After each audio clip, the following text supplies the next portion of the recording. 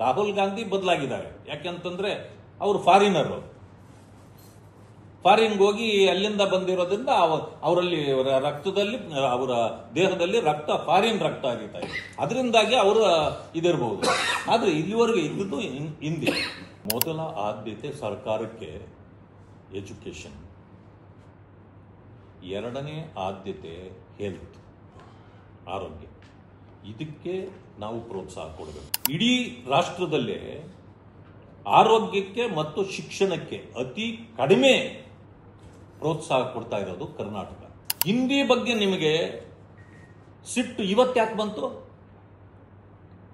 ನೆಹರೂರವರು ಹಿಂದಿ ಅಲ್ವಾ?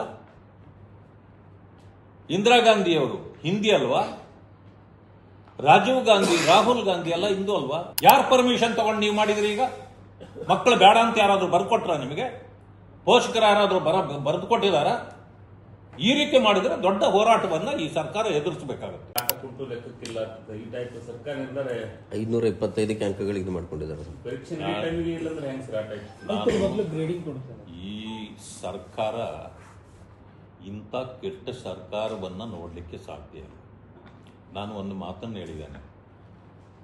ಮೊದಲ ಆದ್ಯತೆ ಸರ್ಕಾರಕ್ಕೆ ಎಜುಕೇಶನ್, ಎರಡನೇ ಆದ್ಯತೆ ಹೆಲ್ತ್, ಆರೋಗ್ಯ. ಇದಕ್ಕೆ ನಾವು ಪ್ರೋತ್ಸಾಹ ಕೊಡಬೇಕು.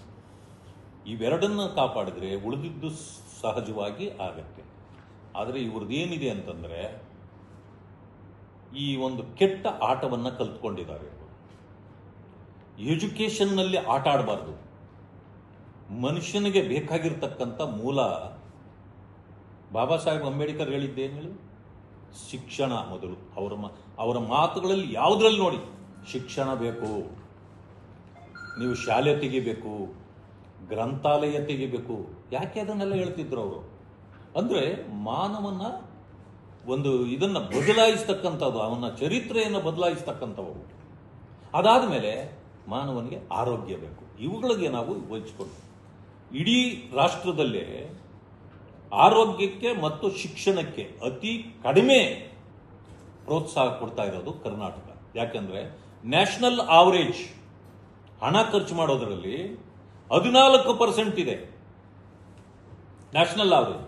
ನಮ್ಮಲ್ಲಿ 10% ಇದೆ.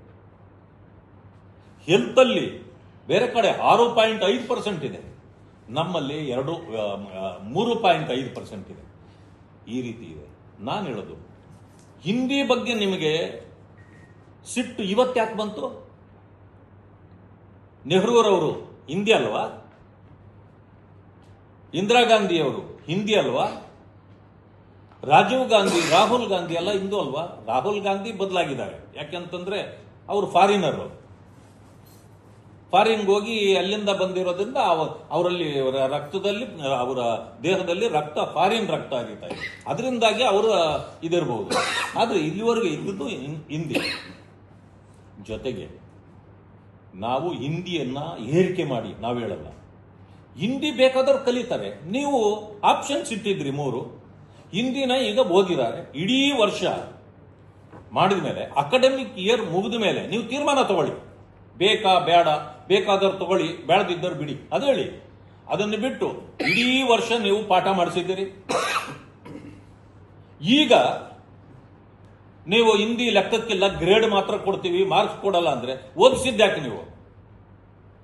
ಇಷ್ಟು ದಿನ ಮಾಸ್ಟರ್ಗಳನ್ನು ಇಟ್ಟು ಪಾಠ ಮಾಡಿಸಿ ಅವ್ರಿಗೆ ಸಂಬಳ ಕೊಟ್ಟಿದ್ದೀರಿ. Is it not A double standard of the government? ಅದರಿಂದ ಇವರು ಮಕ್ಕಳ ಭವಿಷ್ಯದಲ್ಲೂ ಆಟ ಆಡ್ತಾ ಇದ್ದಾರೆ. ಇದು ದೊಡ್ಡ ಪೆಟ್ಟು ಸಮಾಜದ ಮೇಲೆ ಬೀಳುತ್ತದೆ. ಅದರಿಂದಾಗಿ ತಕ್ಷಣ ಇದನ್ನು ವಾಪಸ್ ತಗೊಳ್ಬೇಕು. ಅವ್ರು ಏನು ಓದಿದ್ದಾರೋ ಅದಕ್ಕೆ ಗೌರವ ಕೊಡ್ತಕ್ಕಂಥದ್ದನ್ನು ಮಾಡಬೇಕು. ಈಗ ಆ ಅಂಕಗಳನ್ನು ಕೂಡ ಗಣನೆಗೆ ತಗೊಳ್ಬೇಕು. ಗ್ರೇಡು ಬೇಡ ನಿಮ್ಗೆ, ಯಾವ ಗ್ರೇಡು ಬೇಡ ನಿಮ್ದು. ಮುಂದಿನ ವರ್ಷದಲ್ಲಿ ಅಕಾಡೆಮಿಕ್ ಇಯರ್ ಅಲ್ಲಿ ಏನ್ ತೀರ್ಮಾನ ತಗೊಳ್ತೀರ ಆಮೇಲೆ ಮಾಡಿ. ಅದನ್ನ ಮಕ್ಕಳು ಒಪ್ತಾರೆ, ಅವರ ಪೋಷಕರು ಒಪ್ತಾರೆ. ಯಾರು ಪರ್ಮಿಷನ್ ತಗೊಂಡು ನೀವು ಮಾಡಿದ್ರಿ? ಈಗ ಮಕ್ಕಳು ಬೇಡ ಅಂತ ಯಾರಾದ್ರೂ ಬರ್ಕೊಟ್ರ? ನಿಮಗೆ ಪೋಷಕರು ಯಾರಾದ್ರೂ ಬರೆದು ಕೊಟ್ಟಿದಾರ? ಈ ರೀತಿ ಮಾಡಿದ್ರೆ ದೊಡ್ಡ ಹೋರಾಟವನ್ನ ಈ ಸರ್ಕಾರ ಎದುರಿಸಬೇಕಾಗುತ್ತೆ.